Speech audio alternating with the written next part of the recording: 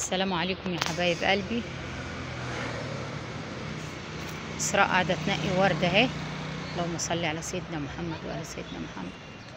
بصوا يا جماعة الفلل القديمة في اسكندرية ما شاء الله، والبيوت القديمة، البيوت اللي كلها بركة دي، الله يرحم أصحابها.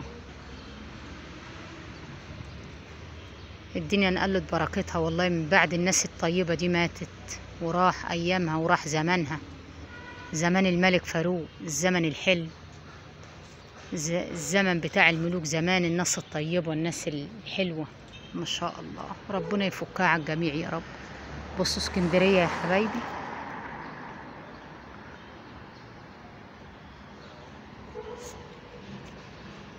في فيلل قديمة لسه ما اتهدتش، وفي ايه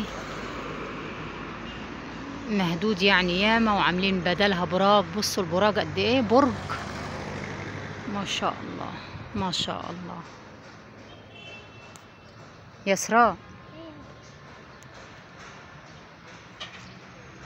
يا اسراء سلمي على حبايبك. ايه رأيكم في بلادنا يا حبايب قلبي، اسكندرية الغالية، بلدنا الغالية. احنا بقى هنستنوا الترام، هنركبوا الترام يا حبايبي. ايه رأيكم؟ بس يا اسراء،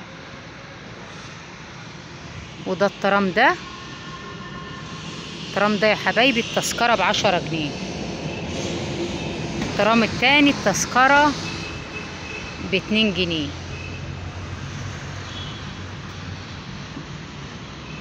الواحد بيحب الفلل القديمة دي، بيرتاح لها، والبيوت القديمة بيرتاح لها عن العمارات الجديدة دي.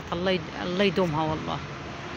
بص، والجو جميل النهاردة، جميل. بس كفاية بقى ورد بقى، كفاية ورد. ازيكم يا جماعة؟ ايه؟ احنا تعبت السوا هنا في اسكندرية، بنتفسح كده هنا، قاعدة بلم في بص الفراشة البيضة الجميلة دي، بص الفراشة الحلوة دي يا حبايب قلبي، يا حبايب قلبي. يلا بصوا الورد الأحمر،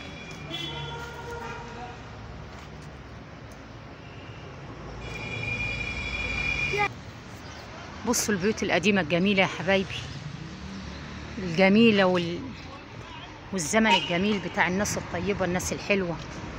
راح الزمن الجميل وراحت أيامه،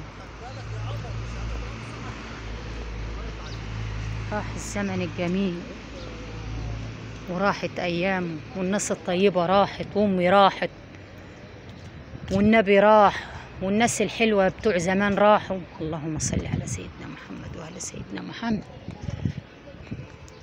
بقى دلوقتي الناس ما بقتش تتحمل